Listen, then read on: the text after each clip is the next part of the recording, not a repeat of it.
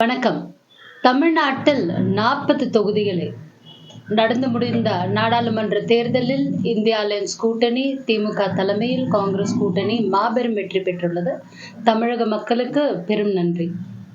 நேற்று டெல்லியில் CWC meeting, அதாவது காங்கிரஸ் காரியக்குழுவில் அன்னை சோனியா காந்திஜி அவர்கள் மீண்டும் சிபிபியாக காங்கிரஸ் பார்லிமெண்டரி பிரசிடென்டாக அவர் மீண்டும் தேர்ந்தெடுக்கப்பட்டுள்ளார். அதற்கு எங்களுடைய மனமார்ந்த வாழ்த்துக்கள்.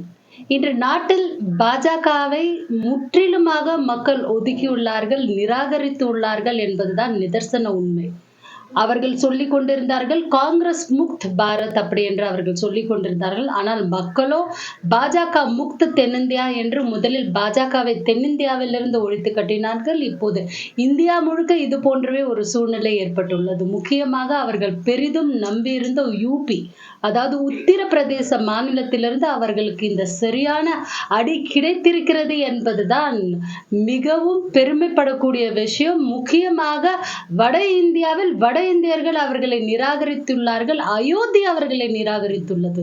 இதற்கு என்ன காரணம் என்றால் அவர்களுடைய தொடர்ச்சியான சிறுபான்மையினர் எதிர்ப்பு, அவர்களுடைய தொடர்ச்சியான பட்டியலினத்தவர்களின் எதிர்ப்பு, அவர்களின் தொடர்ச்சியான பெண்கள் சம்பந்தப்பட்ட எந்த ஒரு கடுமையான விஷயங்களிலும் பெண்கள் கேவலப்படுத்தப்பட்ட போதும், பெண்கள் கற்பழிக்கப்பட்ட போதும் பெண்களுக்கான ஒரு குரலாக என்றுமே பாஜக ஒலிக்கவில்லை என்பதுதான் நிதர்சன உண்மை. மாண்புமிகு பாரத பிரதமர் என்று கூறக்கூடிய நமது மாண்புமிகு பாரத பிரதமர் தன்னுடைய மாண்பை எல்லாம் இழந்து பிதற்றிக் கொண்டிருந்தார். போன அரசியல் களங்களில் நீங்கள் அதை பார்த்தே இருப்பீர்கள். முக்கியமாக மணிப்பூரில் பெண்கள் துயிலுரித்து நடு ரோட்டில் ஆடையின்றி அவர்கள் நடத்தப்பட்ட போது, அவர்கள் கற்பழிக்கப்பட்ட போது கூட பாரத பிரதமர் அங்கு செல்லவில்லை. அவர்களிடம் அவர்கள் குறையும் கேட்கவில்லை. அவர்களுக்கு குறை இழுத்தவர்களும் தண்டிக்கப்படவில்லை என்பதுதான் நிதர்சன உண்மை. இது போலவே சாக்ஷி மல்லிக், நமது நாட்டிற்கு ஒலிம்பிக் பதாகைகள் வாங்கி கொடுத்த நம்மளுடைய தங்க மங்கைகள் எந்த அளவுக்கு கொடுமைப்படுத்தப்பட்டார்கள் என்று நாம் பார்த்தோம்.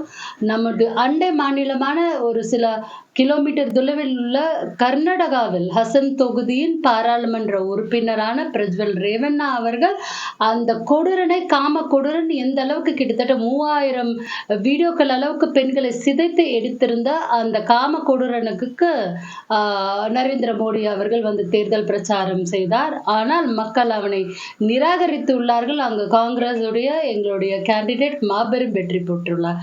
இது போன்ற ஒரு சூழலை இந்தியா முழுக்க நிலவுகிறது. அவர்கள் ஒன்றும் ஒரு பெரிய ஓட்டு வித்தியாசத்தில் அவர்கள் வெற்றி பெற்றுவிடவில்லை. வெறும் 2% வாக்கு வித்தியாசத்தில் தான் அவர்களின் கூட்டணி, என்டிஏ கூட்டணி வெற்றி பெற்றுள்ளது. இந்தியா கூட்டணிக்கு ஒரு பெரும் பலம் கிடைத்துள்ளது, மக்களின் பலம் கிடைத்துள்ளது. ஜனநாயகத்திற்கு இது கிடைத்த மிக பெரும் வெற்றி. இனி வரும் காலங்களில் காங்கிரஸ் மேலும் மக்களுடைய நம்பிக்கையை எடுக்கும் வகையில், மக்களிடம் இருக்கக்கூடிய அந்த நம்பிக்கையை பெருக்கும் வகையில் நாங்கள் பெருகெடுத்து எங்களால் முடிந்த மக்கள் சேவையில் நாங்கள் ஈடுபடுவோம். எந்த ஒரு காலகட்டங்களில் காங்கிரஸ் மட்டுமே மக்களுக்கு ஒரு நல்ல செயல்களை செய்து வந்துள்ளது. நாட்டிற்காக நாங்கள் சேர்த்து வைத்த வளங்கள், இந்த இந்திய திருநாட்டிற்காக நாங்கள் சேர்த்து வைத்த வளங்கள், எய்ம்ஸ் ஆகட்டும், ஏர் இந்தியா ஆகட்டும், எல்ஐசி ஆகட்டும், இதையெல்லாம் வித்து தின்னவர்கள் பாஜக.